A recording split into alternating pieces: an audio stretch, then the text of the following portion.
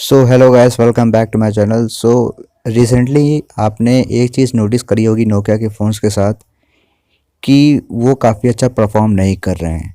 और last time जब Nokia fail हुआ था तो उसके पीछे दो वजह थी, एक पुअर मैनेजमेंट और दूसरा उन्होंने मार्केट के हिसाब से अपने आप को अडेप्ट नहीं किया था।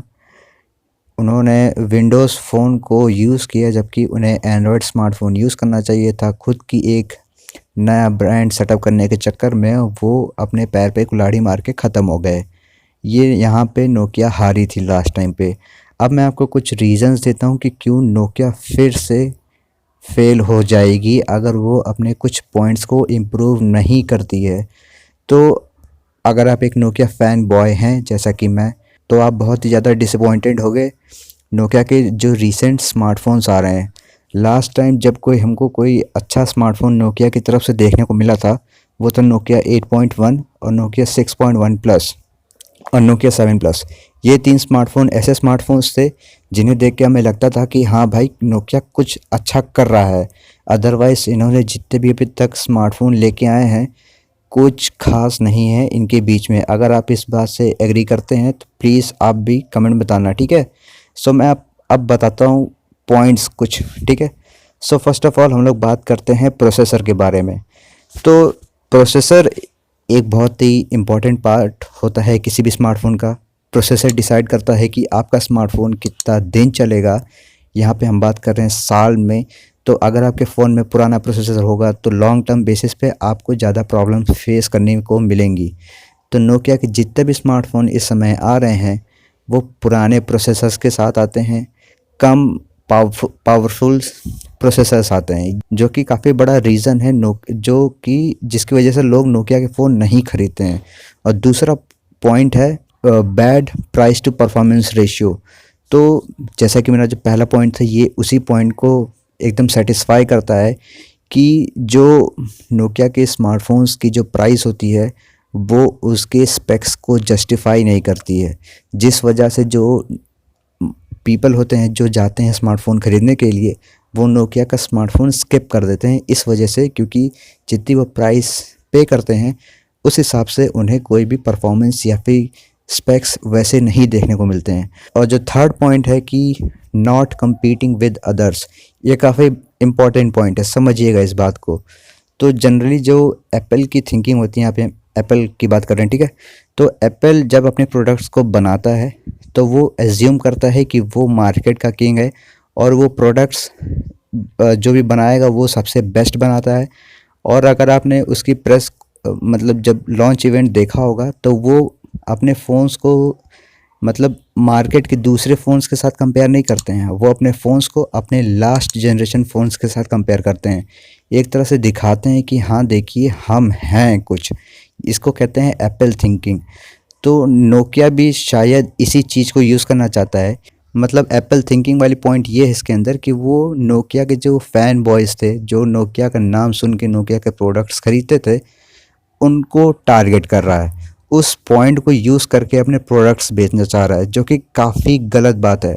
अगर हम जो हमारा जो रिसेंट में ट्रेंड था कि हम बॉयकॉट चाइनीज़ प्रोडक्ट्स कर रहे थे, तो हमारे पास कुछ ऑप्शंस थे नॉन चाइनीज़ में, नोकिया, सैमसंग, एलजी, ये सब, ठीक है। तो जो अगर आप मार्केट में नोकिया प्रोडक्ट्स, अगर आप मार्केट में चाइनीज़ प्रोडक्ट्स को निकाल देंगे तो ये जो नोकिया के प्रोडक्ट्स हैं ये सैमसंग को भी compete नहीं करते हैं। इवन सैमसंग के फ़ोन नोकिया से काफ़ी ज़्यादा अच्छे होते हैं, काफ़ी अच्छी प्राइस टू परफॉर्मेंस रेशियो होती है और काफ़ी अच्छे स्पेक्स होते हैं। तो सैमसंग के पास बहुत सारे ऐसे पॉइंट्स हैं जिसकी वजह से लोग सैमसंग का फ़ोन खरीदते हैं। नोकिया के पास ऐसा कुछ भी पॉइंट नहीं है। सिर्फ मैं दो बता सकता हूँ। फर्स्ट ऑफ ऑल उसका नोकिया का जो ब्रांड नेम है, क्योंकि वो बहुत पुरानी कंपनी है तो लोगों का दिल लगा हुआ है उसके साथ। और दूसरा सॉफ्टवेयर अपडेट, यही दो पॉइंट्स है जो नोकिया यूज़ करता है। और ये जो नॉट कम्पीटिंग विद अदर्स वाली पॉलिसी है कि हमको किसी का डर नहीं, हम हैं मार्केट में, तो इस वजह से ये अपने मार्केट पे ग्रिप इसकी छूट रही है धीमे धीमे। क्योंकि बॉयकॉट चाइनीज़ प्रोडक्ट्स से अच्छा किसी भी कंपनी के लिए सबसे बड़ी अपॉर्चुनिटी थी और नोकिया ने इस चीज़ को कम्प्लीटली मिस किया है, ठीक है। अब जो मैं बताता हूँ कि फोर्थ पॉइंट जो उनके प्रोडक्ट्स हैं, यहाँ पे मैं दो चीज़ें बताता हूँ कि वेरी लेट प्रोडक्ट लॉन्चेस, इनके जितने भी प्रोडक्ट होते हैं वो इंडिया में काफ़ी लेट आते हैं। और इवन इंडिया में नहीं, मतलब ये यूरोप में लॉन्च कर देंगे। अब वो आने में कब आएगा कब नहीं आएगा कुछ आइडिया नहीं, बस उन्होंने हाँ लॉन्च कर दिया है, अब ये लोगों के पास आता है या नहीं आता इसकी कोई जिम्मेदारी नहीं है। ये बहुत ही बेकार मैनेजमेंट है इस समय नोकिया का, क्योंकि वो प्रोडक्ट्स को जल्दी मार्केट में लाते नहीं हैं।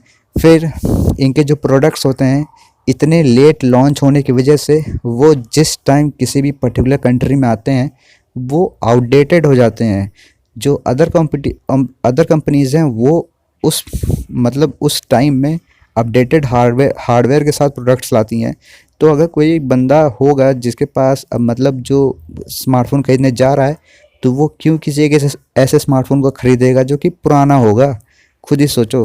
और नोकिया, मतलब मुझे ये बात समझ में नहीं आती है कि इंडिया उसका सबसे बड़ा मार्केट रहा है हमेशा से, इंडिया में नोकिया के लिए अलग से ही प्यार है, और नोकिया इंडिया को अपना बिगेस्ट मार्केट समझता ही नहीं है। वो यहाँ पर प्रोडक्ट्स लाता ही नहीं है। प्रोडक्ट्स की प्राइस देखो, नोकिया 6.2 7.2, ये कोई प्राइसेस हैं? नोकिया 8.3 5G 45,000 का अगर आप कन्वर्ट करते हो, कौन पे करेगा भाई 45,000 रुपये तुम्हारे स्नैपड्रैगन 765G के फ़ोन के लिए? कोई नहीं करेगा इतना। वहाँ पे वन प्लस सैमसंग आईफोन मिल जाएगा 5-6 हज़ार मिला के नया।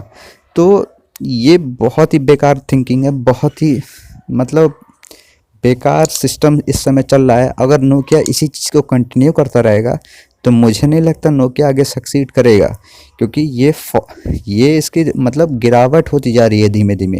ये बहुत सारे पॉइंट्स है, जैसे कि मैंने अभी बता दिया है कि फिर इनके पास प्रोडक्ट्स भी नहीं है।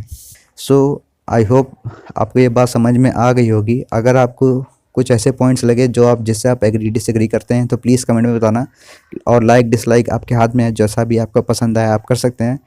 सो थैंक्स फॉर वॉचिंग, और इस वीडियो को शेयर ज़रूर कर देना, कमेंट में आके बताना। मिलता हूँ आपसे नेक्स्ट वीडियो में, बाय।